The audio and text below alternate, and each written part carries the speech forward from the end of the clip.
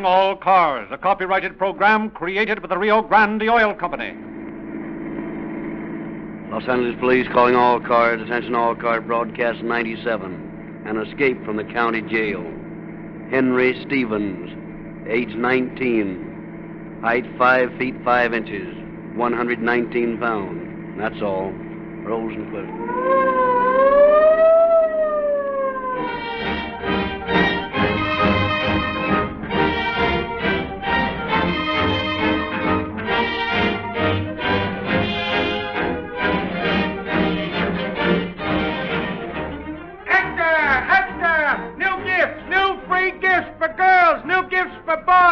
Get your free copy of the October issue of Calling All Cars News. Given away wherever Rio Grande cracked gasoline is sold. True detective stories, movie news, and pictures of new free gifts. Extra! Friends, last night I had a thrilling demonstration of police car performance. The same police car performance I've been telling you about for years. In a police radio car powered by Rio Grande cracked gasoline, I rode about the streets for hours with two officers on duty. We didn't speed, we crawled.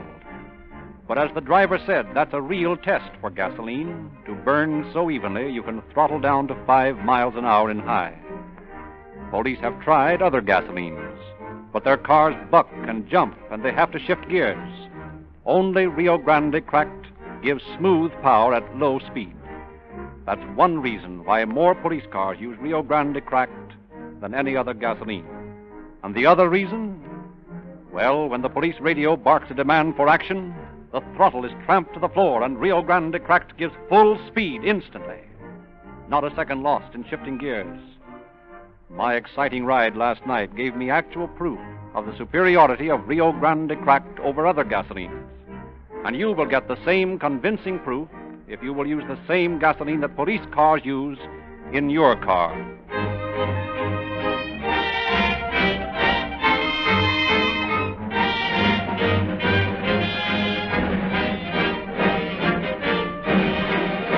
And now it is our privilege to introduce Captain H.S. Seeger, commanding the robbery and narcotics squads of the Los Angeles Police Department. Captain Seeger. Good evening, friends. No one within sound of my voice believes that he can be two places at once. And, quite naturally, he is better informed and acquainted with the place where he is at any given moment than any other place. Tonight, we are going to follow a man who, having committed a crime and been caught, still thought he could beat the game. We are going to follow him as he makes his escape and watch him as he believes he has made his getaway. He could not be two places at once. He could not know what the law was doing about him. We will show you that side of it, too. What the law did about this unfortunate, misled enemy of society. He could not be two places at once, but his pursuers, the police, representatives of the mass agreement of public opinion, which passes for decency and respect for the law, can be 2, 10, 100 places at once.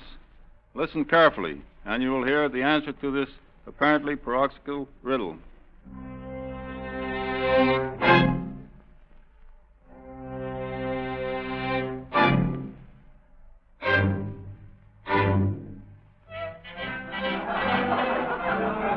But I'm telling you, the picture will be colossal, I tell you. My dear, you could have seen the gorgeous gown I designed for Gloria Lamont. It was just too...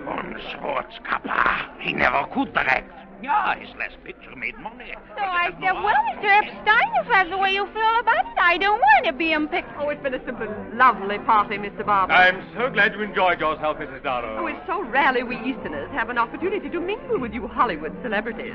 And to think that I've actually dined with some of the most famous actors on the screen. Well, my dear. Well, we're just plain folks after all, Mrs. Darrow. Yes, but such interesting folks. Oh, I just hate to tear myself away. I do so wish you didn't have to leave just yet. Oh, but I really must. Such a long drive back to Pasadena. If I can just have my wrap. Well, of course. Mary, Mrs. Darrow's things. Oh, oui, monsieur, tout de suite. And the French maid. Well, you certainly do things up in style, Mr. Barber. Oh, really? Ah, yes. You movie directors have a way. You know how to dramatize your lives. It's been a grand experience. Something to tell the girls at the club about. Monsieur, c'est dommage. We have been robbed. The ladies' purses, they have been emptied. Oh, venez, s'il vous plaît, monsieur. See for yourself. It is terrible. Robbed? Merciful heaven. Come, Mrs. Darrow, let's investigate. Oh, Voilà, monsieur. Regardez. The place is a wreck. Every purse emptied. Furs ripped from coats. Oh, Mr. Barber, look. My lovely ermine wrap. It's gone. I'm so sorry, Mrs. Darrow. Marie, get the police on the wire at once. Oui, monsieur, at once I go. Uh-huh. Here's where he enters, through the window here. Use a 3/4-inch jimmy to open the screen. Now I'll just see if I can find any fingerprints. Oh, Mr. Barber, are you a detective, too? Well, no, but I've been studying up on these things. I'm going to do a gangster picture next.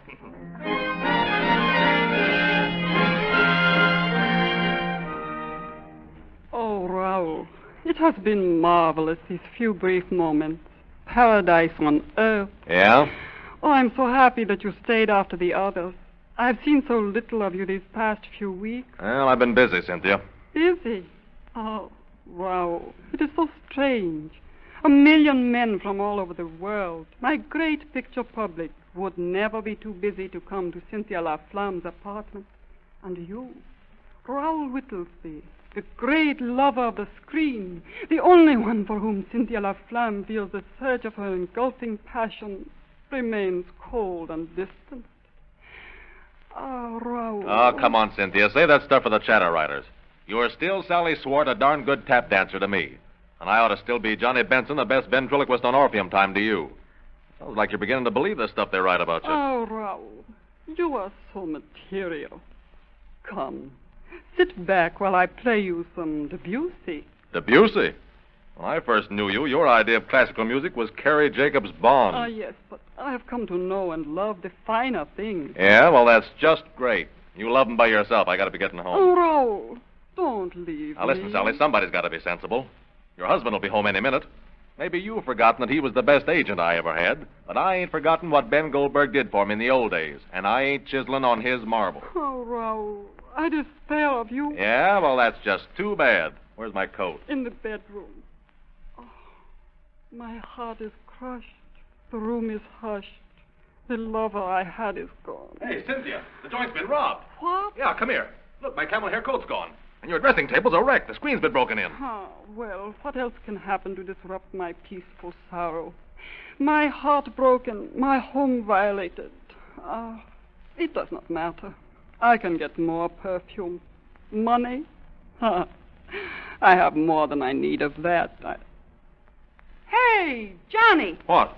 Look, the low-down rat. What's the matter? He stole my rabbit's foot, the one I carried since I broke into Gus Suntime from that amateur night on 10th Avenue.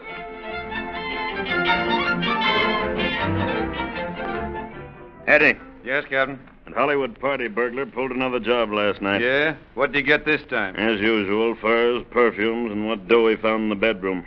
The boys out at the Hollywood station haven't done anything on him. He never leaves fingerprints. I want you and your partner to handle it. Okay. I suggest you go down the hall to the Records Bureau and get Rhoda Cross to run the suspect cards through the Hollerith machine. Find out how he operates. All right. But I never could understand that dingus they got down there. Well, it's about time you found out about it. Ask Rhoda to explain it. She's a good egg.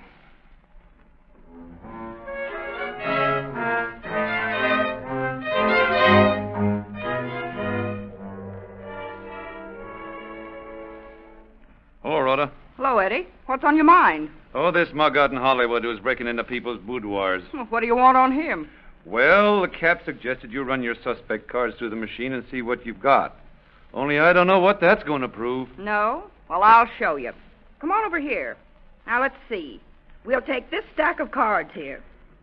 These are burglaries for the past 2 months. Each card represents the information on a job, see?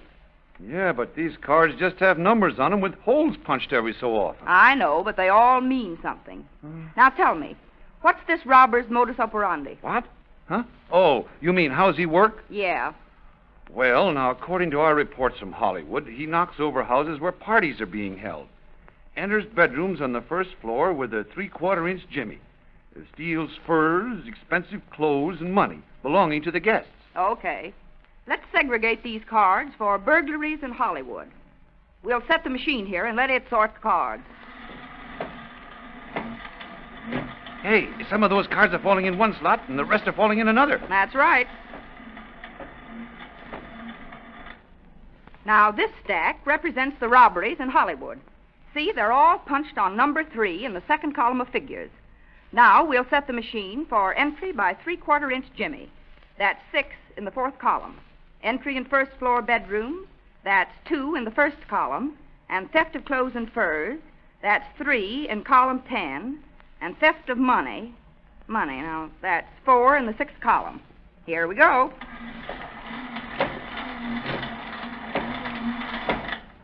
All right, Eddie. All these jobs were done by a 3/4-inch Jimmy. We'll shoot 'em through now for the first floor bedrooms. We got 8 first floor bedrooms. Now for the clothes and furs. 6 of them take clothes and furs, and I'll bet they also took money. Let's see. Yep, take money, too. Here's your man, Eddie. 6 jobs in 2 months. Always enters first floor bedrooms with 3/4-inch Jimmy. Steals clothes, furs, and money. And, say, wait a minute. According to these cards, homes burglarized are in every case prominent picture people. And that gives me an idea. Well, it's all beyond me. Say, you dicks couldn't operate without this record bureau of ours. Now, just a minute, Eddie. I was reading something in the paper this morning. Wait a minute. Here it is. Jaime Goldfish, the Eternal Pictures producer, will entertain a select group of 200 guests this evening at a buffet supper in honor of Count Etienne Poissondor. That's your lead, Eddie. What do you mean? Listen, Mr. Goldfish's house is a low, single-story affair. Get it? Easy to get at that room where the guests' wraps will be. Now, you get out there tonight and hide in the bedroom with the coats and hats. And you'll arrest your mysterious burglar, or I'll buy you a platinum-plated badge. Well, I don't get you, Rhoda. It's simple. I'm reasoning on Chief Vollmer's theory. When he set up this record bureau, he said that if you had a sufficient record of frequency of crimes and modus operandi, you could bring crime to an absolute end by having officers on hand to welcome the criminal when he arrived to commit his crime. It's all Greek to me. Well, here's a chance to see if it works. My guess is that your party burglar will fall into your arms tonight. Well, it looks to me, Rhoda, as though you ought to be a detective. I am a detective, but nobody knows it.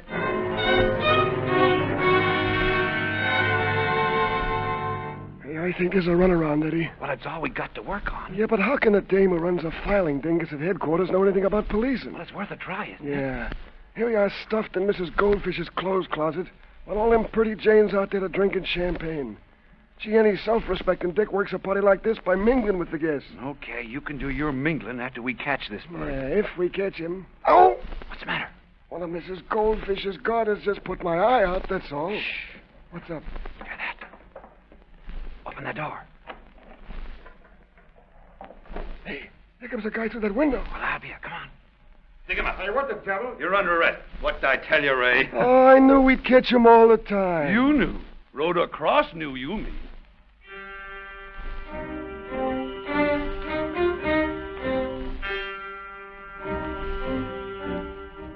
So early in January of 1933, Henry Stevens is arrested by Los Angeles police and sent to the county jail to await trial.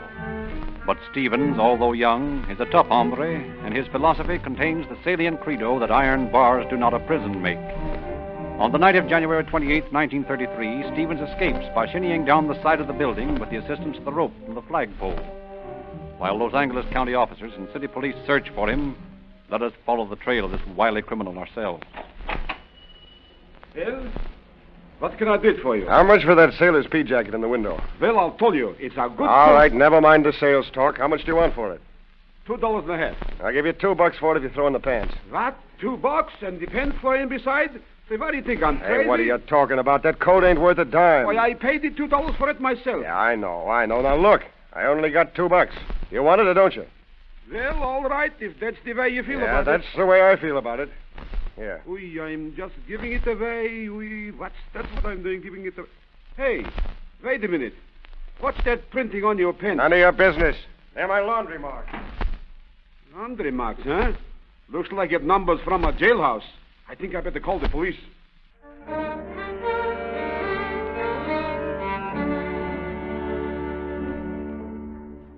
I can't understand it, Captain. We searched every corner of the jail. He's got to be in here. There's no way he could get out. Yeah, but between 10 o'clock at night and 6 in the morning, there's not many people around this building. There's 2 guards at the only unlocked entrance all night long, isn't there? Yeah, but it's noon now, and... Wait a minute. Hello? Yeah? Yeah? What? No, bring him up here. I want to talk to him. Yeah, and listen, Murphy. Notify every patrol car and send out complete description to every desk sergeant in the city. You're right, Eddie. He did get out. He just bought a coat and a pair of pants in a misfit clothes parlor on Main Street.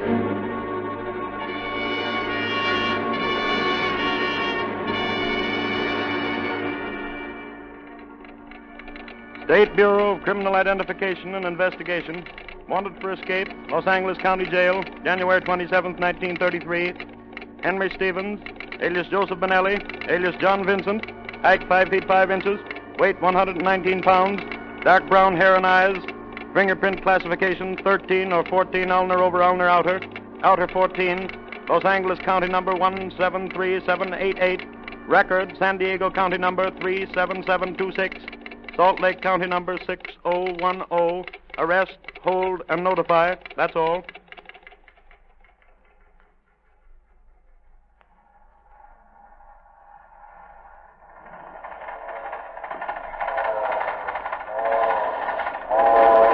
When do we get into Reno, pal? I don't know. About daybreak, I think. What was that last town we passed? Truckee. You ever been there? No, not that I remember. I spent 2 months in Decatur there last summer. Boy, what a dump. You'd think the town would be ashamed to own such a jail. My back feels like it's broken. Yeah, mine too. Hey, you know, riding the rods ain't much of a luxury on this line. Now, you take the Boston and Maine, for instance. They got all the comforts of home. There's a crossbar that runs right from the axle here over to this bracing, and you can throw your leg over that, and you'll feel like you're sitting in the lobby at the Ritz.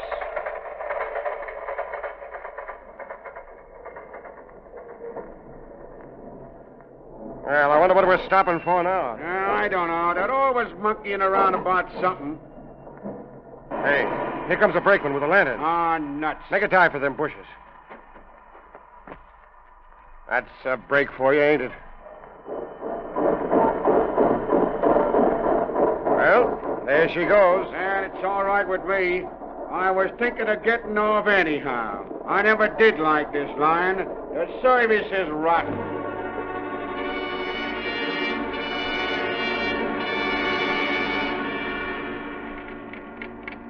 Los Angeles County number 173788. Record San Diego County number 37726. Salt Lake County number 6010. Arrest, hold, and notify. Where'd you say to send this one, Chief? Reno, Nevada.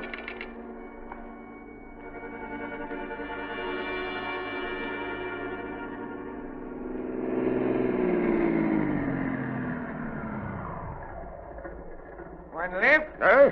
Oh, sure. Well, get in. Hitchhiking? Huh? Oh, yeah. I'm trying to work my way back to my folks in Iowa. Been out to Hollywood? No, I've been up to San Francisco. Pretty hard to get work these days, ain't it? Yeah. It's a nice car you got. Yeah, ain't it? Just bought it brand new a month ago. It's got all kinds of fancy gadgets on it. You going all the way into Reno? Yeah. Well, I can take you right in, because I'm All right, going. stick 'em up. Huh? You hurt me. Stop this car and stick up your hands. I got a gun in this left pocket, so don't try anything funny. Well, for heaven's sake, All right, shut off the motor. listen here now, I... Shut up or I'll plug you. Have you got any money? Oh, you don't want to talk, huh? There's $30 in the wallet. All right, hand it over. Yeah, you can keep your driver's license. Thank now you. get out. My wife's waiting for me in town. Oh, shut up.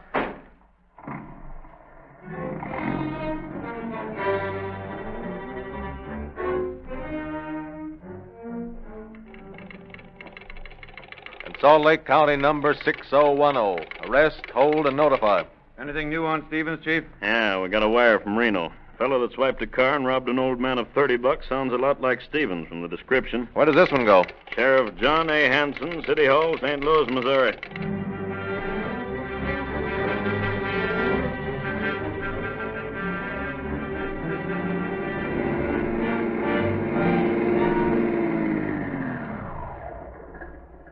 buddy, which is the road to St. Louis? St. Louis? Oh, you're off the St. Louis road. You ought to turn to your left back at the crossing. Ah, nuts. If you don't mind giving me a lift, I can show you a shortcut. All right, hop in.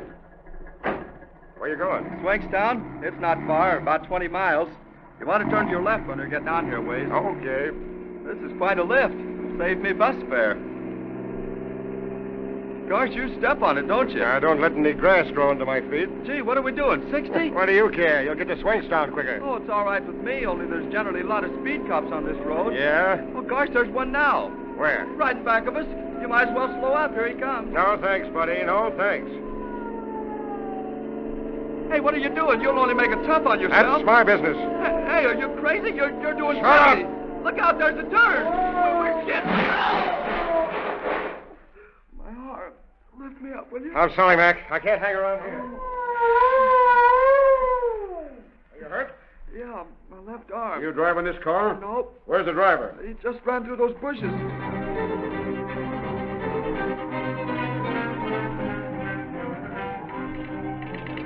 Sheriff George A. Downey, Cook County, Chicago, Illinois. Wanted for escape, County Jail, Los Angeles, January 27th. Frank Stevens, age 19, height 5 feet. Sheriff Charles W. Watkins, Boston, Massachusetts. Wanted for escape, County Jail, Los Angeles. Sheriff Raymond L. Tonners, Atlanta, Georgia. Wanted for escape, County Jail, Los Angeles, January 27th. Sheriff Thomas L. DeLand, Memphis, Tennessee. Wanted for escape, County Jail, Los Angeles, January 27th.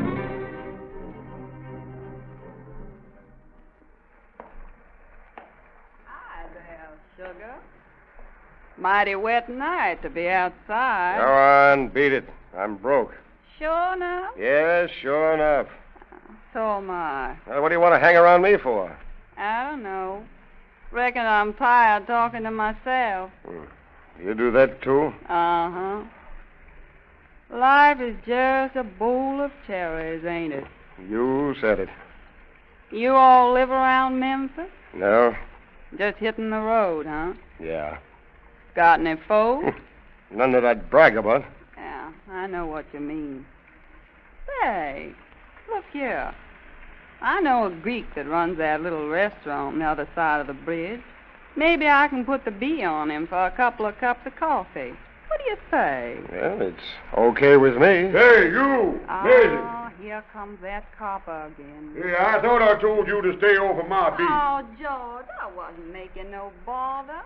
I was just going to take the kid over to the Greeks and get him a cup of coffee. Yeah, sure, I know. Now, you go on and beat it, or I'll lock you up. Oh, all right. So long, kid.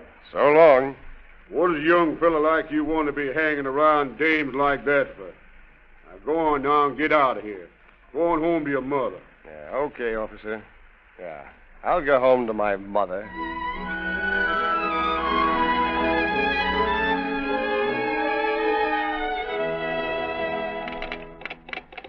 Fingerprint classification 13/14, ulnar over ulnar. Outer 14. Arrest, hold, and notify. Where does this one go, Cap? Pensacola, Florida.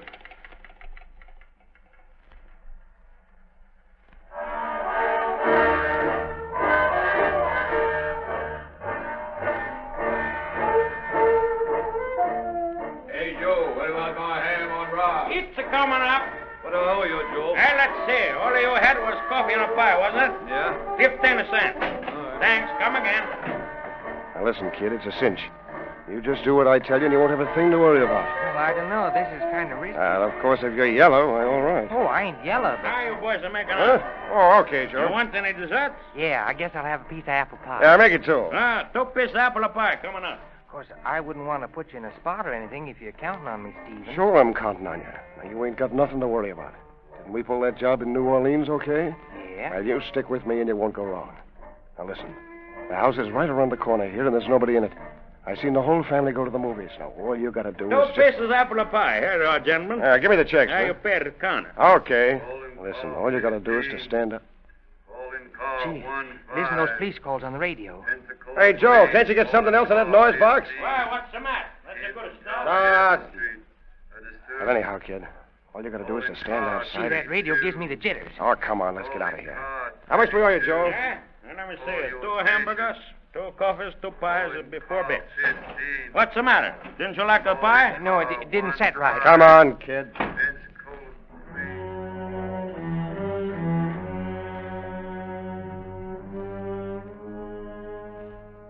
Now, look, kid. You stay right here behind that bush. And the first sign of anybody coming toward the house, give me a low whistle. Okay. Yeah. Wait a minute. Give me a boost with it. Go. Okay, boys. Stay right where you are, both of you. You're under arrest.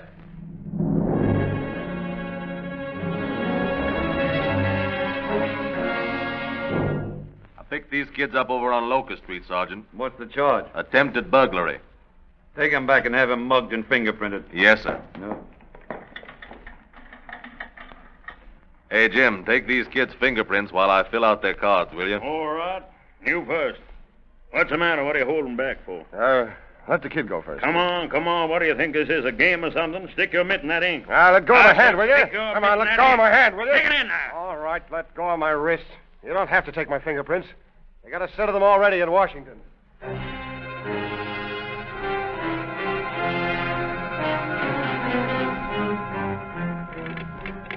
Chief of Police James E. Davis, City Hall, Los Angeles, California. Your escaped prisoner, Frank Stevens, number 173788, arrested here last night on charge of attempted burglary. Will hold charges pending extradition. Sheriff H. Gandy, Pensacola, Florida.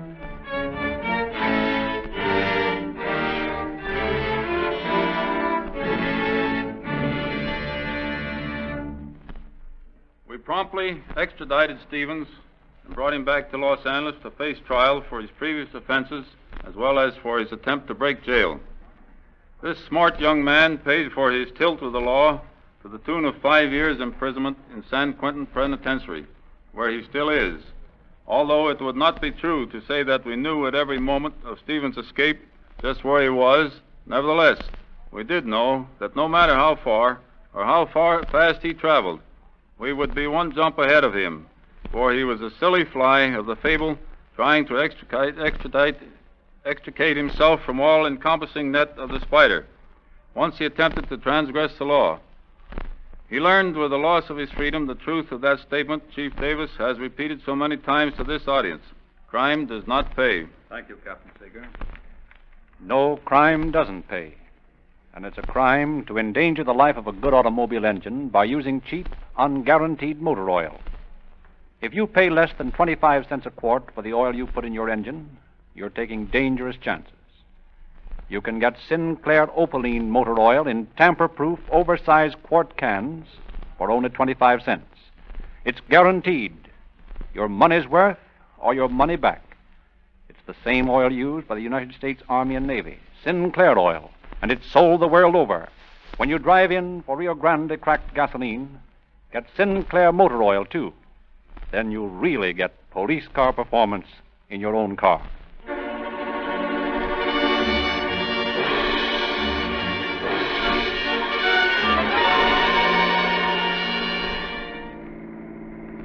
Los Angeles Police calling all cars, attention all cars, cancellation broadcast 97 regarding an escape from the county jail. This man is now in custody. That's all. Rosenquist.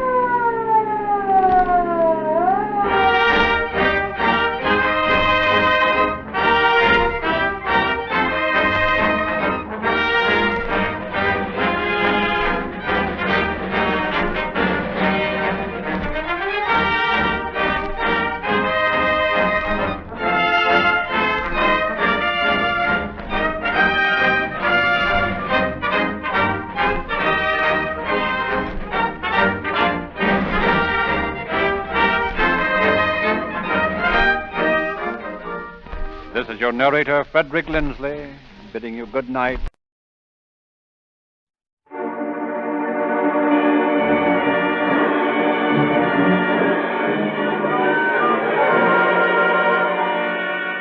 Calling all cars, a copyrighted program created by the Rio Grande Oil Company. Los Angeles Police calling all cars, attention all cars, broadcast 98. Check all construction jobs in your district for missing dynamite. Any information for Captain Wolf of the Arson Bureau of the Fire Department. That's all. Rosenquist.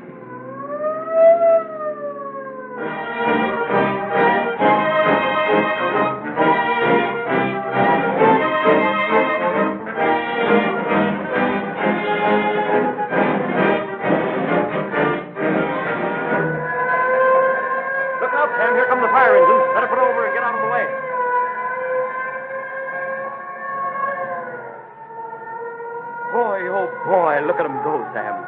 Wouldn't you like to step on the gas like that and follow the fire engine? Well, I guess I could keep up with them all right. I use the same gasoline those fire engines do, Rio Grande cracked. Oh, so you're another Rio Grande fan, are you? I thought that was the gasoline that police cars use. You don't mean to tell me that fire engines use it, too? Well, Rio Grande advertises that everywhere cracked gasoline is sold, it powers more fire engines, police cars, and emergency equipment than any other brand. And I guess they couldn't say that year after year unless it were true. You know, I've heard a lot of talk about that Rio Grande cracked gasoline. Do you really think it's any different? Yes, I don't know. They've got something in that patented cracking process of theirs that you can't get in any other gasoline. I used to use the cheapest gasoline I could buy, and I do. Then I decided I wanted to experience some of that police car performance Rio Grande advertises. So I started using Rio Grande cracked gasoline last year, and I certainly get more for my money than ever before. Every motorist who drives into a Rio Grande station gets the biggest value in gasoline history. Listen at the end of tonight's program for Rio Grande's free gift offer.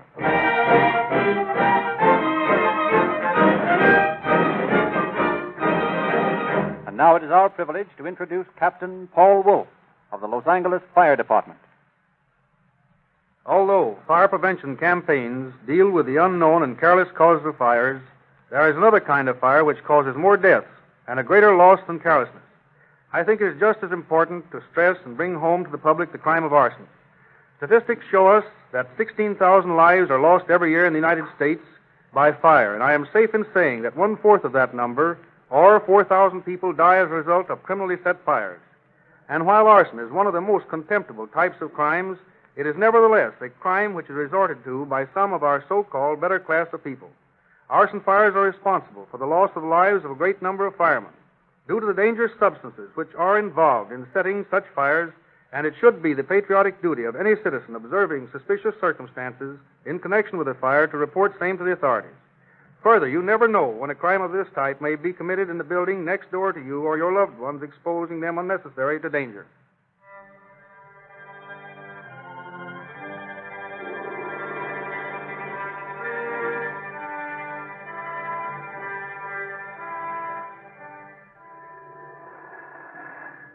Adams, reporting from the box at the corner of Temple and Beaudry at 3:55 a.m. Okay, Adams. Anything for me? Nope. Everything's quiet. Say, Sarge, what date's today? June 17th, 1926. Why? Just counting the days until my girl gets back from Frisco. Ain't you got nothing better to do? Not on this beat. Nothing ever happens around here. You never get Hey, wait a minute. Did you hear that? What? Sounded like an explosion. Oh, you're crazy. There goes another one. It's in the While Away Theater across the street. Turn in the alarm, will you, Sarge, and I'll get right over there.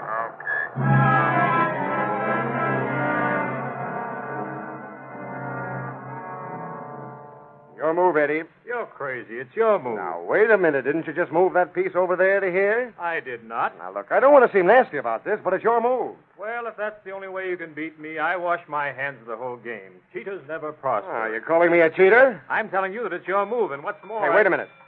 4. 4. 6. 6, that's us. It's a go, boys.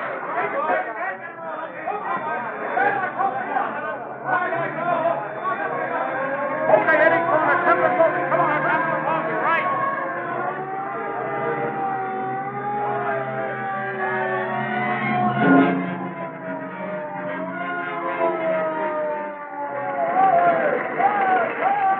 Where's the worker, Hank? Get on, boys. Come on, let's go in through the front door here.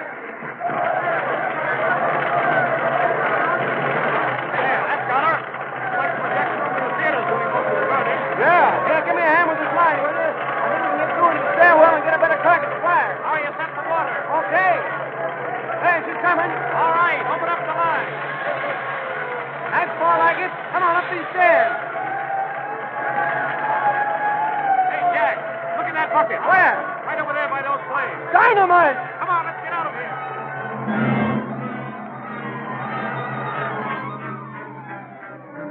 The report of dynamite in the burning building results in a hurried phone call to Captain Wolf, chief of the Los Angeles Arson Squad. Arriving at the scene of the fire within 15 minutes, Captain Wolf finds the theater building still burning. Disregarding personal safety, His first thought is to save as much evidence as possible before the fire completely consumes the building. Rushing upstairs, he is met by a scene of utter confusion. This room must have been used for some sort of a lodge meeting. Nothing left now. Yeah, nothing but fire. Where was the dynamite found? Here in the janitor's closet. The boys got it out and took it over on the vacant lot next door. Captain, just found another plant of dynamite. Where? Down in the candy store in the cash shed. Come on, boys, we gotta work fast. Probably a lot more of that stuff around here, and we've got to find it before the fire does. Savage, Flynn. Yes, sir. You boys stick to this floor and keep your eyes peeled. Yes, sir. If you find anything, get it out of here and get it out of here fast. Katzenberg. Yes, sir. You and Jones better go through the main floor. Right. I'll be down the candy store. I got a hunch there might be something interesting down there. Well, I can't see why that stuff didn't go off before they found it. Dynamite's funny stuff. Can't depend on what it's going to do. There's been plenty of it that did go from the looks of that projection room in the lodge hall. Flew clear up through the floor and out the wall. Yeah, well, here's the candy store, and would you look at that floor? Gasoline all over the floor. Whoever planned this job didn't intend there should be anything left when he got through. Well, we had to bust in the front door, Captain. When we got in, we found the back door open. Looked like somebody'd come in that way. And there was a hole cut in the door just below the lock. Back door, eh? Let's take a look at it.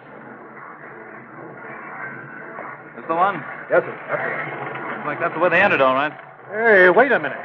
Did you say this is the way that door was when you found it? Yes, sir, that's it. Just like it is. Open and propped against the wall. Well, then there's something mighty funny about this whole thing. What do you mean? Well, take a look at these shoes here behind the door. Yeah? Well, there's chips from this door in them. If whoever did this cut through their door to reach a key on the inside, how could the chips get in a pair of shoes over here by the wall? Well, I guess you're right, Cato. Yeah, and what does that spell to you, Wolf? The same thing you're thinking. An inside job. Exactly. And now the thing to do is to find the proprietor of this place and see what he has to say.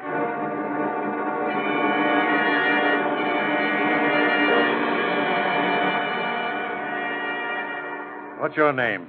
George Stenley. You're the proprietor of the store in the While Away Theater building? That's right. What kind of a business do you conduct there? Well, ice cream parlor, delicatessen, and the lunchroom. What nationality are you, Stanley? Polish. Stanley, your right name? Well, my whole name is Stanslavsky, but I changed it to Stanley so the people in this country could pronounce it. I see. And are you a citizen of the United States or here on passport? Passport. You realize, don't you, that the reason we're questioning you is to clear up a situation which surrounds the attempted burning of a building where your business is located? Yes, sir. And do you realize that you're suspected of being one of the men implicated in it? Well, I may be suspected. Why not? Well, now, when did you first get to the scene of the fire? Well, my landlord woke me about 5 o'clock. And when you arrived there, did you go in your store? No, sir. Tell me, Stanley, how do you lock your place when you go home? Always from the back. I turn the key in the back door and then leave to the front door. And when you closed that back door last, did you put anything against it? No, sir. And whose shoes did we find behind it? I ain't got no shoes there. Well, whose shoes might they be? I don't know. Have you anyone working for you? Yes. Abel Finley. Did he have a key to the store? No, not even my wife has a key. Only me. Well, now, how do you explain the fact that in your store we found gasoline on the floor and in a barrel out in back of the porch, and dynamite on the cash register, behind the jars on a shelf and in the icebox, totaling 76 sticks with caps and fuses? I can't say. I don't know anything about them. Does it mean anything to you that we found that the window in your store had been jimmied with the same tool that you used to cut a hole in your back door? And that the tool we found was one that is found in your house? A meat cleaver found in your kitchen? I tell you, I don't know anything about it. All right, you can go now, Stanley. There's a few things I want to check on before I ask anything more from you. In the meantime, I think if I were you, I'd think it over and see if there isn't something you've forgotten.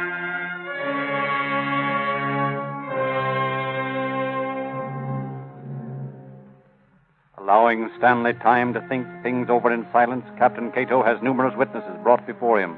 The results of his investigation are... Now, would you tell me exactly what you saw, Mr. Gaffer? Well, my wife and I awakened at the first explosion. We looked across the street. We live right opposite the theater building. And my wife said, "Look, John, the theater's on fire." I jumped up and looked out the window. Sure enough, flames were shooting out of the skylight on the top of the building.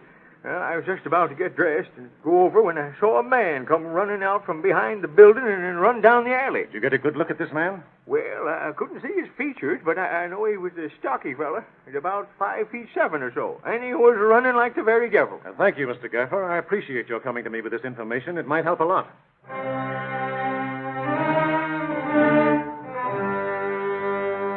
Now, I'm positive that George Stanley never had a car before, but the last 5 days he's been driving around in a Ford sedan. It seems mighty funny to me. Then, of course, I never would have mentioned a word about it, excepting for this fire thing, and you're suspecting him of having done it and all. I hope you won't think me a busybody, Mr. Cato. Oh, no, not at all, Mrs. Waller, Edith Waller. Well, Mrs. Waller, I'm glad you brought this up. It is a very important point, and thank you. Oh, that's all right. Thank you. Thus, from the testimony of many witnesses, the finger of guilt points more accurately at George Stanley every moment. Meanwhile, Captain Enos, battalion chief of the Los Angeles Fire Department, makes his report. After thoroughly investigating the aspects of this case, it is my conviction that George Stanley and Abel Finley, employed by Stanley, attempted to burn this building. What's been done about locating this Finley man? Every police station in all the surrounding towns have been notified to be on the lookout for him. We have a tip that he might be in Tijuana, so a couple of the boys have gone down there. He knows this man's got to be found before we can do a thing to Stanley. Every piece of evidence we have against him is purely circumstantial. You know what the courts will do in that case. Yes. Throw the whole thing out. And we can't let that happen. Now, there's only one of two things we can do.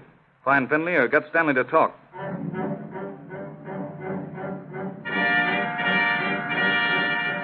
Officers from the Los Angeles Police Department and from the arson squad search through Tijuana, but not once do they catch sight of the missing Finley. Meanwhile, in the office of Captain Wolf. Stanley, how do you explain the fact that your helper disappeared so suddenly after the fire? I don't know anything about him. In other words, Stanley, you deny having anything to do with this case. Of course I do. How much insurance did you have in your property? Well, about $9,000 worth, including the fixtures. You think this will cover the loss? I don't know. I haven't been able to see how much damage was done, but I imagine it will. Have you ever handled any explosives before? I have never handled any explosives at all. Ever have a gun? No. Say, I don't know what you're driving at, but I tell you I don't know anything about this fire, and you can't make me say I do. You're getting mighty hot under the collar for a fellow that hasn't done anything, Stanley. I was only asking you some routine questions. Will I get all nervous with you pumping all this stuff at me? You think I was a criminal? You might be at that. What's this? Never mind, Stanley. I think you heard me well enough. Once again, Stanley is returned to his cell, and Captain Wolf carries on his investigations. Everything seems to point to Stanley, but nothing definite can be pinned upon him. No actual piece of evidence strong enough to convince a jury. Then, a week after the fire, one of the officers assigned to the investigation returns from San Diego with a companion. Captain Wolf, this is Mr. Carrito. How do you do, Mr. Carrito? Will you sit down? Thank you. This officer tells me that you had some dynamite stolen from your outfit down in San Diego. That right? That's right. Why didn't you report this to the police when you discovered it? Well, you see, I was afraid to report it because I was afraid if the boss find out I get fired. Didn't it strike you that it might be pretty dangerous to have all that dynamite floating around loose? I don't think of that. I was only afraid for my job. When did this happen? On June 15, sometime in the evening. Got any idea as to who did it? No, only one of my men saw a car hanging around the afternoon. He told me about it, but I don't think anything of it until next day when I find the explosive missing. Then, as I say, I was afraid to report it. What kind of a car was it? A Ford sedan. Did your man see how many people were in it? Two men, he say. When he go up to speak to them, they start the car and drive away. You realize, don't you, that this is a very serious thing you've done? Not reporting the theft as soon as you discovered it. If we'd have known this earlier, we might have had the guilty parties in custody by now. I know, Captain. Honest, Captain, I don't think anything about it when it happened. I was too frightened. Well, no, he's crying over spilt milk. The first thing we've got to do is check every rental lot and find who rented a Ford sedan on that day.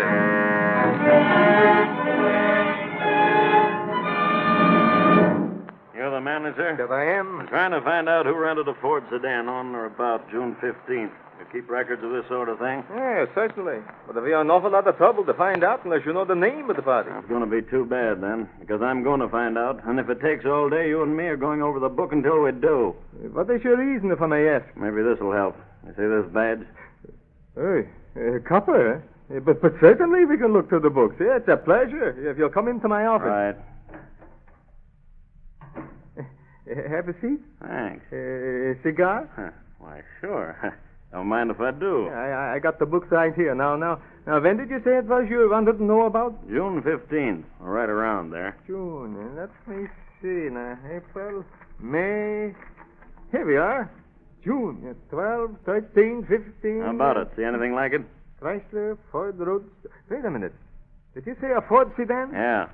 Here's one that ended on the 10th of June. It's the only Ford sedan we got. How long was it out? And then let's see, from the 10th till the morning of the 17th. Hey, that'd be just about right. You got any way of giving me a description of the party who rented it? Yeah, I remember him. His name, he said, was Zygmunt. Zygmunt? What'd he look like? Well, as I remember, he had a bum arm. But he seemed to be able to drive all right. And he had the driver's license. Leave any address? Yes, right in the book. 2526 Stumple Street. Boy, that's the baby we want. How far has the car been driven? Let's see. Out at 31,000, in at 31,650. That's quite a bit of mileage for 1 week's driving, isn't it? Yes, quite a bit. But when people rent cars, they seem to drive more than they would their own. I guess they want to get their money's worth or something. Yeah, I guess that's right. Well, thanks a lot. You've been a great help. Sure, anything to help the law. If you ever want to rent a good car, don't forget this place. We got the best prices in town. Okay, partner. I'll remember that. So long. Goodbye. Call again.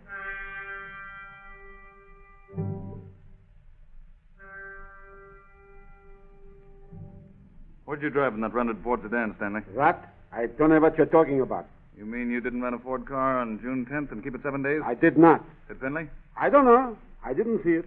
That's funny. A couple of your neighbors claim they saw you riding around in one for about a week before the fire. It's all a frame-up, I tell you. I never had a Ford. How do you explain the fact that there was a Ford sedan answering the description of the one you were seen riding in, rented on June 10th? If the address was your place of business. I don't know. Maybe Finley rented it, but I didn't. All right, Stanley. You go right ahead and deny the whole thing if you want to. Only I'll tell you this. We're building a pretty good case against you. And very shortly, we're going to have enough to bring you into court.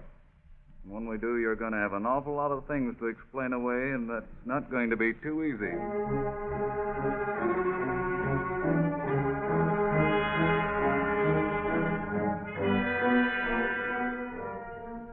Checking the description of the man who rented the car with descriptions of the missing Finley, police are certain that the two are the same man. However, nothing positive is found that can link Stanley with the actual crime. Witnesses are questioned, only to say that the man they saw leaving the scene of the fire might have been Stanley, but they can't be sure. The workman from San Diego who saw the two men in the Ford is questioned and says he thinks he can identify them, but isn't positive. Every piece of evidence in, every clue run down, Captain Wolf, Chief Enos, and Assistant Captain Detectives Cato meet in Captain Wolf's office to discuss their plans before bringing the case to trial. Stanley's guilty as the devil. We all know that. I'm skeptical about our securing a conviction on the evidence we have. Well, I'd feel a lot safer if we had Finley, but he seems to have completely disappeared off the face of the earth. I've had men on his trail ever since the fire, but so far we haven't even gotten one good lead. If this laborer from San Diego can positively identify Stanley on the stand, we've got a good chance. But if he turns out to be another I think so artist, we're sunk. What do you think, Cato? Should we wait and try to get Finley, or should we go to court with what we've got? Well, I'm afraid we've no choice. We can't hold Stanley forever on a suspicions charge. He's either guilty or he goes free. But there's got to be one or the other. You're right. I guess all we can do is to take a chance and hope that the jury sees the case in the right light. I hate to think of this guy getting off scot-free. Well, you know these juries. I don't know why it is, but for some unknown reason, they seem to consider arson a very funny thing. I don't understand just what they think it is, but I found that most juries have to have absolute proof in an arson case, or they just laugh it off as much as to say, go ahead and burn down another building. They like to hear the fire sirens. It is almost that bad, isn't it? Well, we can only hope that this time we'll get a jury made up of people who realize how serious a fire can be.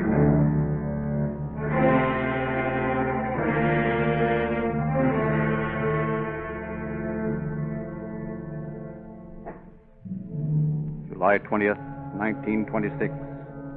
Department 22 of the Superior Court. Judge Arthur Keach presiding. Rise and face the court. Department 22 of the Superior Court of the City of Los Angeles, County of Los Angeles, now in session. Judge Arthur Keach presiding. You be seated and remain silent. Counsel for the defense may call his witness. Thank you, Your Honor. Will Elmer Tree take the stand, please? You solemnly swear the statements you're about to make are the truth, the whole truth, nothing but the truth, so help you God. I do. State your name. Elmer Tree. Mr. Tree, it has been said that on the evening of June the 16th, you saw a man running from the scene of an explosion in the While Away Theater building on Temple Street. Is that right? No, sir. What? You didn't see a man running across a vacant lot? Not on the evening of the 16th. Then what did you see? I didn't see anything on that evening. However, on the morning of June the 17th, I saw a man. Oh. You saw a man on the morning of the 17th. Are you deliberately trying to avoid the questions of this court, Mr. Tree? I object to the defense counsel's attitude toward the witness. You will take a more civil tone with the witness, counsel. Yes, Your Honor. Now, Mr. Tree, How far away was this man that you saw running across a vacant lot on the morning of the 17th of June, 1926? I should say about 20 yards. Was it dark? Fairly so, uh-huh. The moon lit the scene somewhat. But it was dark enough to be uncertain as to the features of any man who might be, say, 20 or 25 yards away? I was able to make the man out quite well. Could you swear to the identity of that man if you saw him again? I should have to see him to be sure. That is all. The witness is yours, Mr. Prosecutor. Mr. Tree, this man you saw, would you tell us a little about his outward features? Was he tall, short? I'd say he was about 5 feet 7 or 8, short and fairly stocky. How was he dressed? Well, he had on a dark suit and a white shirt. I think his coat was open because I could see his shirt front. Would you say that he was a foreigner? I object to this line of questioning, Your Honor, on the grounds that it was too dark for Mr. Tree to see that well. I'm only trying to establish an identity, Your Honor. Objection overruled. You may proceed with the witness. I repeat, Mr. Tree, would you say this man you saw was a foreigner? It was my impression that he was, although I couldn't be certain. Thank you. May I ask the defendant, George Stanley, to stand up? Thank you. Now, Mr. Tree, was the man you saw running across that vacant lot directly after the explosion built something like this man? Yes, I'd say he was. Mm-hmm. In fact, Mr. Tree, this could be the same man, could it not? Your Honor, the counsel is leading the witness. You will phrase your questions a little differently, counsel. Yes, Your Honor. Mr. Tree, could this be the same man? I believe it could. That is all. Thank you, Mr. Tree. Just a moment. I'd like to cross-examine the witness. Very well. You say you believe it could. Now, Mr. Tree, just why do you say believe it could? Why, Isn't it because you're not sure?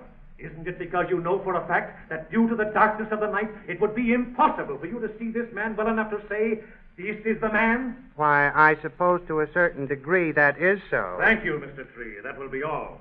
I should like to call Mrs. Eva Gelder to the stand.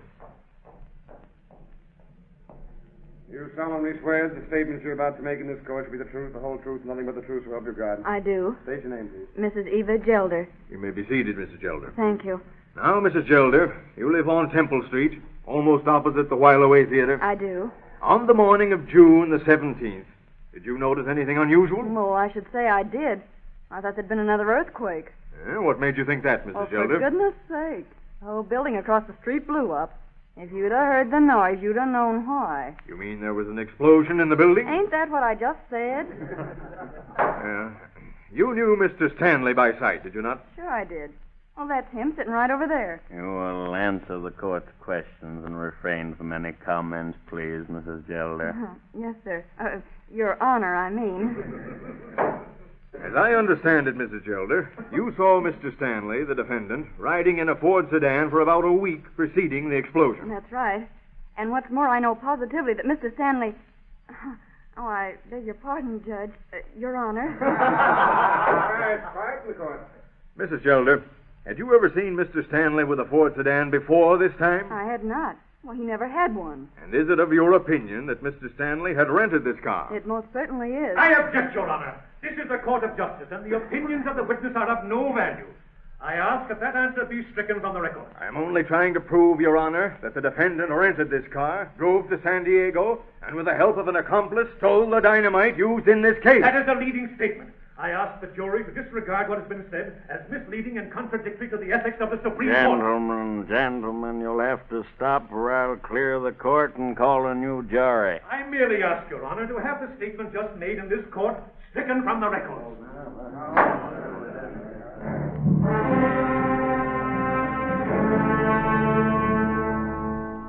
For 9 days, the trial continues. Defense fighting prosecution, prosecution returning the battle.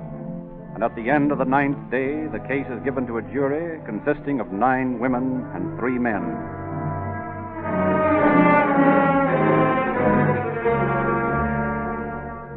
In the jury room, 12 people argue back and forth, pro and con. And finally, 15 hours after they have retired, they return to the courtroom, hopelessly deadlocked. They are dismissed, and a new trial is set for September 17th.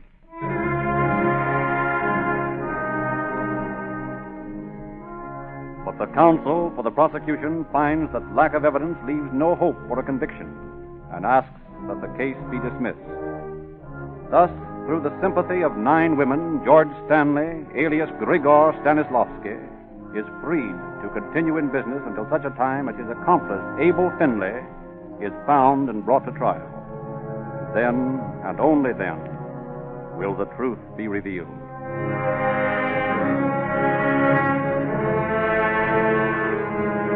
Bad that the average person has no opportunity to come in contact with the suffering caused by fire. I feel sure that if the public saw what we in the fire department see daily, its indifference toward the crime of arson would soon change to a feeling of loathing for one who could stoop to such a means of gaining financial aid. The crime of arson carries with it the second highest sentence to be found. Murder, of course, comes first. But arson carries a penalty ranging from 2 to 20 years in the state penitentiary. And in most states, it is impossible for an arson criminal to be paroled. Only through the most minute investigation of incendiary fires can your fire department learn the various ingenious ways that criminals start them. We want to realize that fact. We hope that after hearing our story tonight, the next time you happen to be called for jury duty in an arson case, you will think more carefully before you reach a verdict. For this, too, is fire prevention of the most important kind. Thank you, Captain Wolf.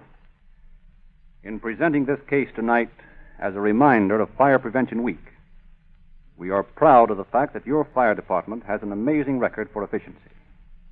And we're also mighty proud that Rio Grande cracked gasoline has been chosen to power all firefighting equipment of the city of Los Angeles. In fact, the choice of Rio Grande cracked for all police, fire, and emergency equipment by the cities of Oakland, Berkeley, Los Angeles, San Diego County, Maricopa County, Arizona, and many other western cities and counties has so aroused public interest in this gasoline that Rio Grande cracked sales to motorists are greater today than ever before. And as a special inducement to get more motorists to try this patented processed gasoline, all Rio Grande dealers are now offering free gifts. Drive up to the Rio Grande cracked gasoline pump. Ask for your free copy of the Calling All Cars News. And there, amid the true detective stories and latest movie news, you will find pictures of 9 free gifts. Take your choice. They're free.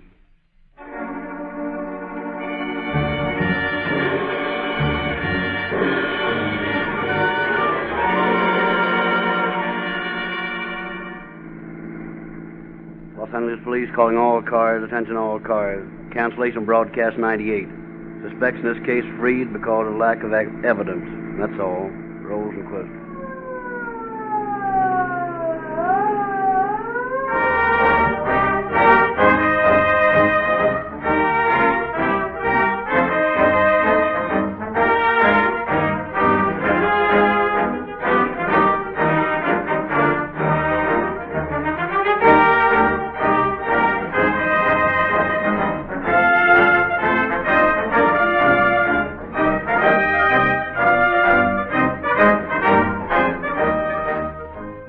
Your narrator, Frederick Lindsley, bidding you good night for the Rio Grande Oil Company.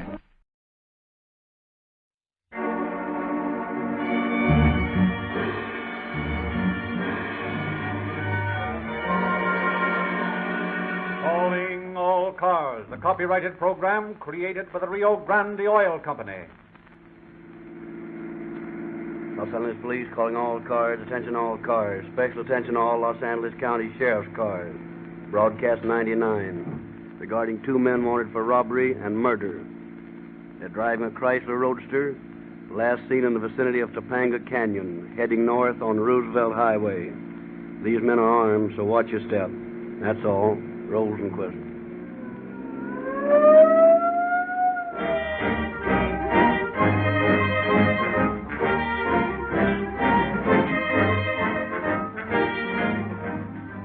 Rio Grande has thousands of free gifts ready for distribution to every boy and girl listening tonight. If you want a police pistol, a sergeant's badge, a police girl's identification ring, a fingerprint outfit, or some one of the many other free gifts, you need merely ask your Rio Grande cracked gasoline dealer. He'll show you how to get the complete junior police outfit free. For every adult listening tonight, Rio Grande has free gifts, but of a different kind. When you fill up with Rio Grande cracked gasoline, you get extra speed, extra power, extra energy to meet emergencies, extra fast starting, and all these extras are free because you pay no more for Rio Grande cracked gasoline with tetraethyl than for uncracked gasolines which lack these extra features. Because of the patented cracking process used exclusively by Rio Grande, every drop of cracked gasoline is broken up into tiny atoms which burn evenly to give lightning-like acceleration. In other gasolines refined by cheaper processes, there is bound to be considerable waste from unburned fuel. Every drop of cracked gasoline turns into power. Nothing is wasted. That's why it actually costs you less per mile to enjoy police car performance in your own car. You get more for your money when you buy Rio Grande Cracked, the gasoline that powers more police cars and emergency equipment than any other brand.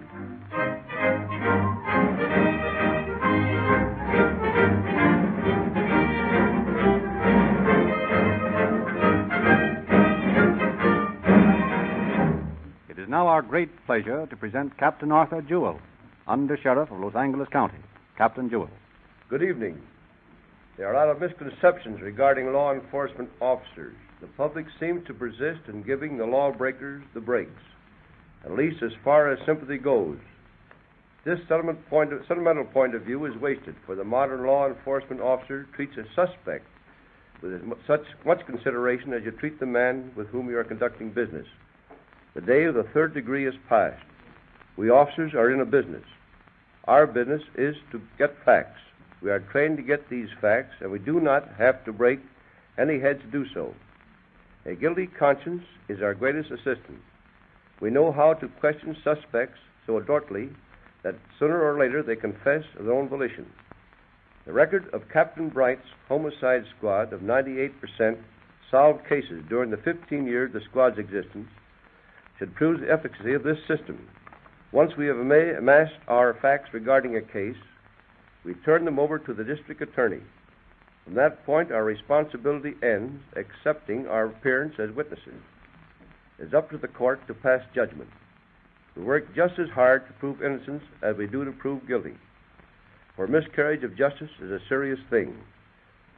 So, stripped of its glamour, you have the police officer's job, and in the story you're about to hear, you will learn how effectively Captain Bright and his homicide squad accomplished that job.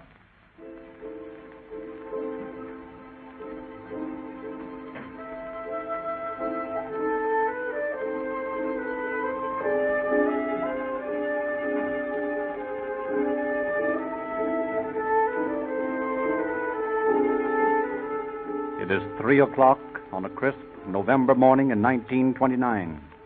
A cold, brilliant moon casts deep shadows in the depths of Topanga Canyon, throws a clear white light on the small, twisting highway leading to Malibu Beach and the Pacific Ocean. 4 men, out for a day's duck hunting and anxious to reach their destination before dawn, speed between the towering canyon walls. Yeah, I hope I have better luck than I had last week.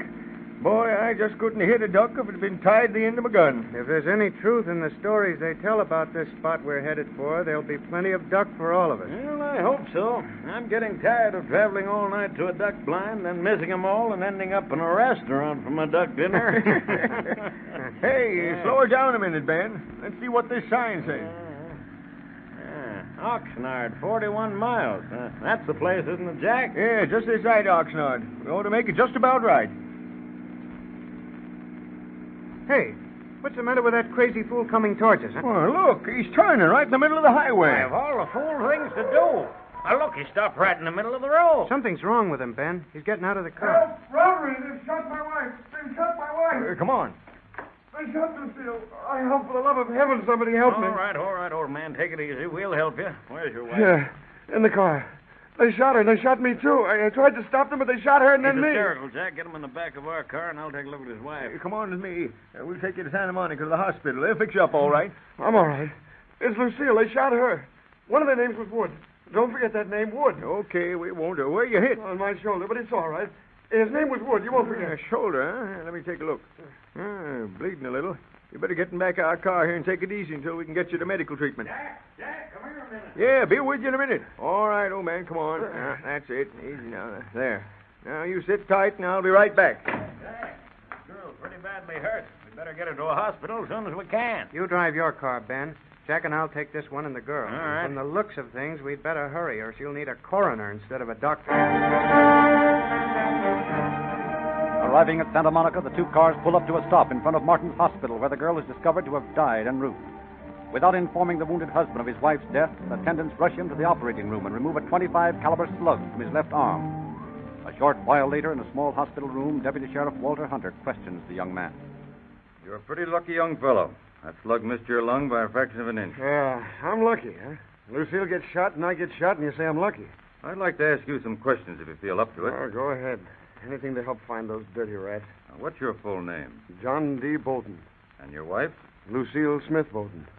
Suppose you tell me all you can about what happened this morning. Well, last night I decided it'd be nice to take a drive along the ocean. Lucille seemed to like the idea, so we started out and drove up the coast a ways, and then we turned around and started back. That was early this morning? Yeah. Well, anyway, we came back by way of Roosevelt Highway, and after we'd been driving a while, we noticed a Chrysler Roadster right behind us. What was it doing? Well, it wasn't exactly doing anything, but it passed us once and then let us pass it, and it made us both kind of nervous. What happened next? Well, we were still just driving along when all of a sudden this Chrysler comes up alongside and heads us off to the side. I told Lucille to sit tight, that it was probably a holdup. What did the other car do? Well, it pulled up right in front of my car and two men got out. Could you see them well? Sure, the lights from my car were right on them. Well, there were two of them. One a tall, slim fella, and the other a short, kind of a chunky guy. I think he was a Mexican. Well, the tall one came over to the side I was sitting on, and that is the right side. Who was driving your car? My wife. We changed back the road a ways. Oh, I see. All right. Go ahead with the story. Well, this tall guy asked me for my money, and I got out my wallet and gave it to him. He took the money in it, $26, and then he threw the wallet back in my lap. I told him I had some small change in my pocket, and he said he didn't want it, so I didn't... And what happened then? Well, that's where the trouble started. Just as they were about to leave, my wife said to the tall guy, "Isn't your name Woods?" And at that, the Mexican said, "You better get them, plug them." And the tall fellow pulled the trigger on his gun and shot Lucille. Now, what did you do? Oh, I don't know exactly. I was so scared that I think I asked them please not to shoot anymore, and then this tall guy reached in and shot Lucille again. I tried to grab his arm, and he let me have it in the shoulder. He had to lean all the way across you to shoot the last shot at your wife, didn't he? Yes. Couldn't you have grabbed the gun and kept him from doing it? Oh, I suppose so. But I tell you, I was so frightened I didn't know what I was doing. And when I did try to get his arm, he shot me. What did they do after that? Well, they ran and jumped in their car and started off towards Ventura. What did you do after they left? I pushed Lucille over to the right side of the seat and got in the driver's seat and started towards Santa Monica. You were able to drive all right? Well, yeah. It hurt a lot to steer, and I had a hard time getting the car started, but I managed to keep it on the road. 3 or 4 cars passed me, and I yelled at each one and tried to attract their attention by blinking my lights, but when they heard me yelling, they just drove by. I guess they were afraid it was a stick-up. Well, anyway, finally I stopped, and, well, you know the rest. Haven't I seen you before somewhere? Why, I don't know. You might have, I suppose. Tell me. You carry a gun? No. Have you a license to carry one? No. That's funny. I'd swear that I'd seen you up at the sheriff's office trying to get a permit to carry a gun. Well, you haven't. I've never had a gun. Go in and ask Lucille. She knows I haven't got a gun. She knows who this fellow Woods is, too. She can tell you all about it. Did you know anyone by that name? No, but Lucille might have met him at the dance hall. She teaches dancing. Now, one more thing, Mr. Bolton. If this man who shot your wife leaned way into the car, there might be fingerprints somewhere, mightn't there? Yeah, yes, on the door of the car, I guess. He had his left hand on it. That's fine. It might be of great assistance in finding out who the man is. No, wait a minute. Come to think of it, he wore chamois gloves. No, there wouldn't be any prints. He wore gloves. You're certain of that? Sure, I'm certain. Why don't you ask Lucille in the next room there? She'd probably tell you who the guy is. He's probably some tramp friend of hers.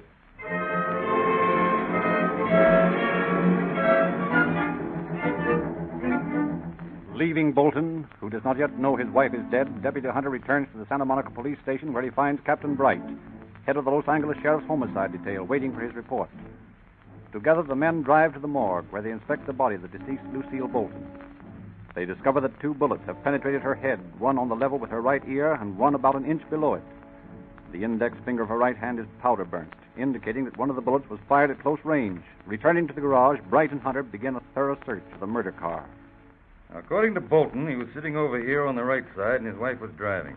That would mean that whoever shot her the second time would have to lean all the way across Bolton to do it. The powder burns we found on her finger show that last shot was fired from a gun directly against her head. That's what it looks like to me. Funny that Bolton didn't do something about it. Because he was too scared to move. I'm not so sure of that, Hunter. I want to take a look at this seat. Let's see. He was sitting there, and the shot went into his left shoulder. That's right. And she was sitting over there, under the wheel. Say, Hunter, take a look at these bloodstains on the seat here. Yeah, what about them? Do you notice that there's only a few little drops over on the driver's side? And here, where he was supposed to have been sitting, there's a regular pool. Yeah. Well, it strikes me that there should, by all rights, be a lot more blood on her side than where he was sitting. Hey, that's right. And here's something more. You see where this stain is on this side? Now, if Bolton was sitting on the right side here and he was shot in his left shoulder, the stain should be on his left side on the seat. Check? Check. Yeah, but if you'll notice, you'll see that they are right here on the edge and running down the side of the door. And the stains on the driver's side are closest to the door, too. Now, supposing we reverse the positions. Bolton driving, his wife sitting on the right side here. Now, someone pumps a couple of slugs into her head. The first one, she throws her hand up to her face, her right hand. The second shot is right through the index finger and into her head. The only place for any blood to go is down the right side and onto the seat and door. Am I right so far? It certainly looks like it. All right, Bolton. Over on that side, gets a slug in his left shoulder. And where does the blood go? Down the left side of the seat and onto the running board. Which leaves us with only one conclusion. This is murder, all right, but not for robbery. John Bolton murdered his own wife.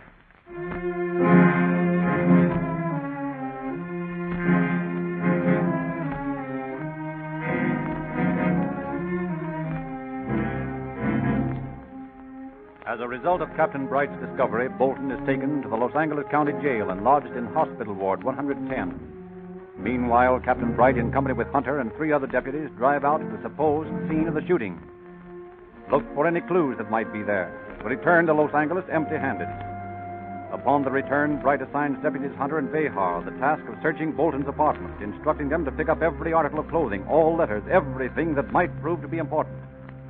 What kind of a bullet did they take out of Bolton's arm? 25 caliber slug. Uh-huh. Well, here's another one in the sink. And then Bolton told me he'd never owned a gun. Here's just the box I'm looking for. I'll bet $1 to a dime this key I've got will open this tin box. Here, let me try it. Hey, you're right. Let's see now. Here's a couple of pawn tickets, some cash. That looks like a couple of insurance policies. Yeah, let's see. They're made out to Lucille Smith Bolton, one for $5,000 and one for $10,000. That's quite a bit of insurance for a guy to carry on his wife. You said it. I think we'd better take this stuff into Captain Bright and see what he says about it. I have a feeling that this insurance is going to throw a lot of light on this thing. It might even be a little thing like the motive.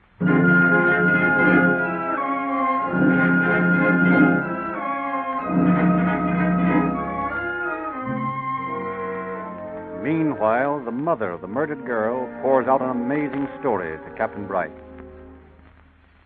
And you never actually saw him with a gun? No, but I saw the bulge of it in his pocket. And one time he put his hand in his pocket when he was threatening me. He threatened you as well as your daughter? He certainly did. He said he was going to shoot both of us. Are you certain of those words? Absolutely. How could I ever forget them? It isn't pleasant to have someone stand in front of you and tell you he's going to kill you sometime. Of course not. I can assure you it isn't. My main object in these questions is to ascertain that John Bolton actually had a gun and threatened to use it. Well, I can swear to that, Captain. I'm certain that he shot my daughter. And I want you to see that he pays for it. No, don't worry about that. I have no doubt at all that he'll pay for it, and pay for it with his neck.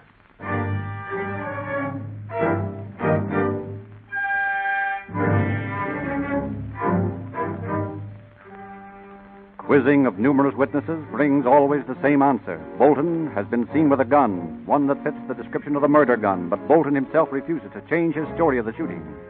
Calmly, he faces repeated barrages of questions. Always he says the same thing, that if Lucille were alive, she would verify his statements. From an intimate of his, they learn... Sure, I figured he bumped her off. He was always talking about what a heel she was and how he was going to get rid of her pretty soon. When did you last see Bolton? Wednesday night. That would be the night of the shooting? Yeah, that's right. Did he say anything unusual that night? Well, he asked me a couple of times if I'd like to make $100. What did you say to that? Naturally, I told him it'd be okay with me if it was on a level. Yeah. Did he outline anything that you would have do for the money? Yeah, he said maybe he could give me some dough if I just drive a car down to the beach for him and leave it for a while and then go back and bring it back to town. What did he want you to do that for? I don't know. I figured he was in a liquor racket, though, and that he probably wanted me to take the dirty work. Did you say you'd do it? Not exactly. It never got around to that. But once in the evening, he ups and says to me, "What would you do for $10,000? I told him I thought he was nuts and asked him what he meant, but he wouldn't say no more. Did he always drive his own car? No, he had a guy chauffeuring for him. You know his name? No, but I think it was Eddie something. I figured it might be Eddie Woods when I read about it in the paper. Do you know an Eddie Woods? No, like I told you. I just sort of figured that this guy driving for Johnny might be the fella he was trying to pin the shooting on. John's that kind of a guy. All right, I think that's all. Keep in touch with me. I'll let you know if I want anything more from you. Okay, Cap. And I hope you hanged the lousy bum.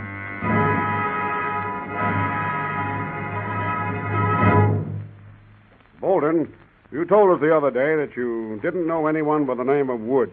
Is that right? Sure, that's right. But as a matter of fact, the man you had driving for you is named Woods, isn't he? He is not. What is his name? Johnson. Ed Johnson. You're absolutely sure that his name isn't Woods? Eddie Woods? Of course I'm sure. You know, Bolton, things are going to be plenty tough for you if you don't tell us the truth. We don't have to make you tell us. But when you get in court and face some of the people who are going to testify against you, it's going to be hard for you to think up the right answer. I suppose you have plenty of people who'd like to see me go up for this, but they can't prove anything. We can prove that you owned a gun and showed it to several people at different times. Oh, I had a gun for a while. You told me different the last time I asked you. Well, it was an old six-shooter. It wasn't a good gun. You never owned a .25 automatic? No. Never fired one? Well, I suppose I have fired one. What do you mean you suppose you have fired one? Well, just that. I don't remember. Did you ever have occasion to have a .25 caliber bullet in your possession? No. Never fired a .25 bullet and saved the slug? No, didn't I just tell you that I didn't have an automatic? You told me that you never had a gun a little while ago. Do you know what an automatic of this type looks like? What type? The kind that killed your wife. I don't know what kind killed Lucille. Could you see it when the man leaned across you to shoot her? No, I couldn't see it. Bolton, I'm going to tell you a few of the things that we know about you that you don't think we do. In the first place, you threatened to kill your wife several times. I did not. Now, just a minute, Bolton. I'll do the talking for a minute. You just listen. All right. Go ahead. We also know that you were in possession of an automatic that tallies with the type of gun that killed your wife and wounded you. Thirdly, we have a man who will tell the court how you offered him $100 to drive your car down to the beach and leave it for a while, and then bring it back to town. Yeah, who's that? Well, never mind who it is. He's all set to testify if we need him. Well, I don't see how that proves anything anyway. That's all right with us, Bolton. We also know that you asked this same man what he'd do for $10,000. What did you mean by that? I don't remember ever having said that. You had your wife insured for about that much, didn't you? About that, yes. Yet you didn't drive her out to the beach that night and shoot her first, then yourself, so as to be able to collect this insurance and also get rid of her? No, I did not. You didn't figure that by telling us about a man named Woods, we might get the wrong person for the crime? No. Where'd you get the car you were driving that night? From a friend of mine. Did you rent it? No, this friend of mine asked me to drive it. He wanted to sell it to me. But you were in the habit of renting cars, weren't you? Well, yes, I suppose so. In fact, you rented a different one almost every night. Yes. What was your idea in doing that? I was trying to impress people that I had lots of dough. But you haven't? Oh, I've got enough. Enough for what? Oh, enough to live on without having to worry too much. Enough to live on without the money from your wife's insurance? Yes, of course. And you still insist that you were held up and that your wife was shot by the man who robbed her? Yes, because that's the truth. All right, Bolton. I guess there's no use in asking anything more. All I can say is this. It's going to be plenty tough scrap when you get into court. All right. Take him back to his cell, Sergeant.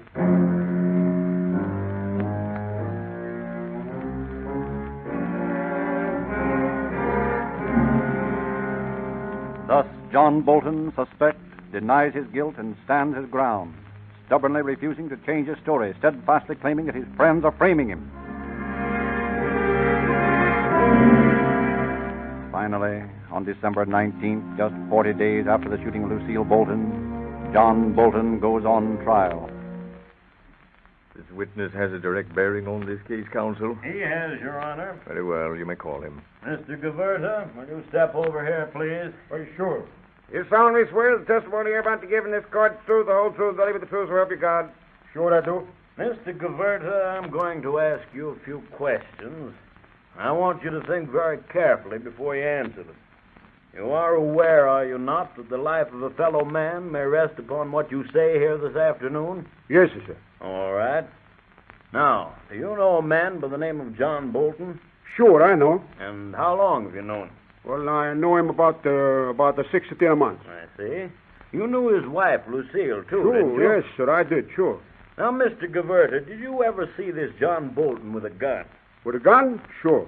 Suppose you tell the court just what the circumstances were at that time. You mean I should tell everything, huh? Yes, everything that happened at the time when you saw the gun. Yes, well, Johnny and me, you Just see. a moment, Mr. Gaverta. Yeah. By Johnny, I presume you mean John Bolton? That's right, Johnny Bolton. Thank yeah. you. Go right ahead with your story. Well, not so long ago, you see, Johnny and Lucille, that is the lady, she's dead now, Judge. Well, we go to a dance in Linwood. On the way out in the car, Johnny, he was calling her every kind of names, you know. He's telling her she was a bum and a tramp and everything like that, you see. And they fight all the way out. And when we get to this place, he went in, and I danced with Lucille.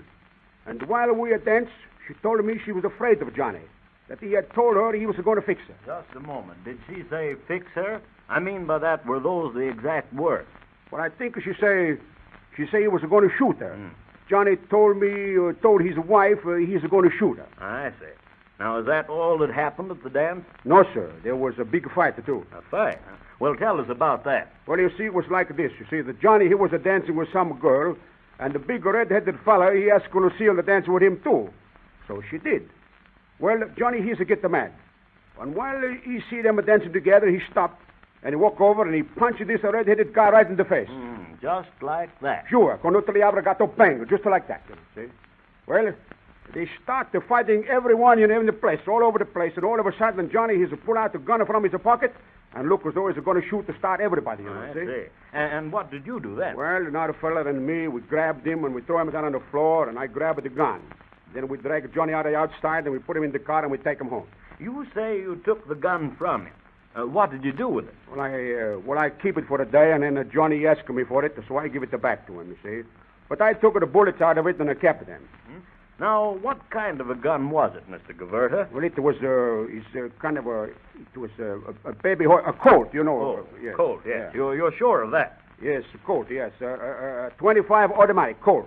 Thank you. Mr. Gaverta, there's one more thing I want to ask you relating to the conversation you had with Lucille. Did you ever hear Bolton say anything about killing her? Sure I did. He said he couldn't sleep at the night, and that if he didn't do something about the Lucille pretty soon, he was going to go crazy. I told him he shouldn't keep a gun around because he was liable to lose his head sometime. And he told me to mind my own business. But if he wanted to shoot her, it was up to him, and for me to keep my mouth shut. I see. Now, you say he kept his gun around the house. Sure, all of the time. He keep it in his pocket. When he changed his pants, he changed the gun from one pair of pants to another. That was the same gun that you took away from him on the evening of the fight? Yes, sir. A Colt 25 automatic. Thank you, Mr. Gaverta. I think that's all. Cross-examine. Mr. Gaverta, are you an expert of firearms? Me? No, sir, I am not. Yet you can positively identify this gun here as the same type which you saw John Bolton carry? Sure, certainly I can. Now, doesn't it strike you that that's an awfully definite accusation you're making? I was asked if I could say what the kind of a gun it was, and I did. What's the matter, huh? Oh, very well, Mr. Gaverta. You may go. Thank you, Judge. Your Honor, my brief is complete. I have no further witnesses to call. Has the defense counsel anything more before counsel for the state begins his summary to the jury? We rest our case, Your Honor.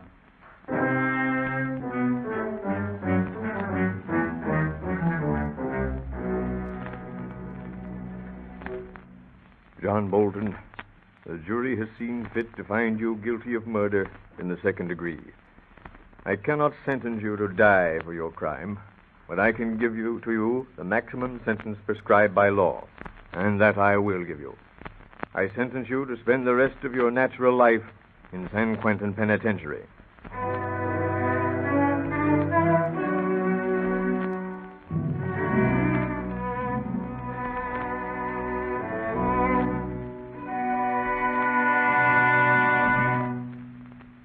Even the homicide detail of the sheriff's office runs into someone who thought he or she could break the law and get away with it. John Dalton was convinced that it was a perfect crime. He would never be suspected. As you see by tonight's story, not only was suspected, but he received life imprisonment for his trouble. In this department, our methods of grilling a suspect are not of the fiction story type. We do not use third degree, threatening or promising. It has been proven over a long period of time that given enough rope, a guilty man will hang himself. That is exactly what we do. Let the man talk as long as he wants to, and then, by repeatedly asking him the same questions, break his story. If a suspect is lying, he soon finds that the 100 or so questions he answers one day, today, are pretty hard to remember the next day. If he's telling the truth, that fact is quickly apparent. Thank you, Captain Jewell. Ladies and gentlemen, every day you hear the shriek of police sirens. You see police cars and fire engines tearing past you at top speed to rescue someone from danger. To meet so many emergencies every day requires an unusual gasoline. Ordinary gasolines will sputter and balk and fail when you tramp the throttle to the floor. Out of all the gasolines on this market, Rio Grande Cracked has been chosen to power more police cars and emergency engines than any other gasoline. When you drive into the Rio Grande service station to get your free copy of the Calling All Cars news and to select a free gift for your boy or girl, fill your tank with the same cracked gasoline police cars use so you can meet your own daily driving emergencies with police car performance.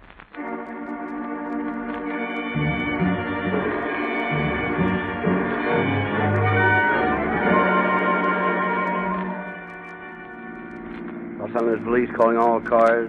Attention all Los Angeles County Sheriff's cars. Cancellation broadcast 99. John Bolton, found guilty of murdering his wife, is now in San Quentin. That's all. Rosenquist.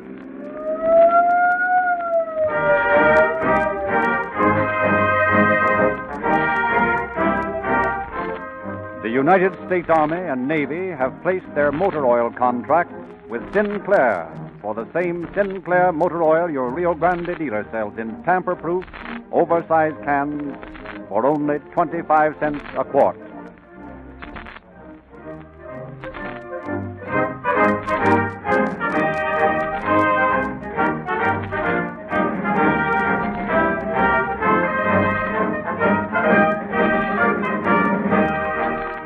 This is Frederick Lindsley, your narrator, bidding you good night for the Rio Grande Oil Company.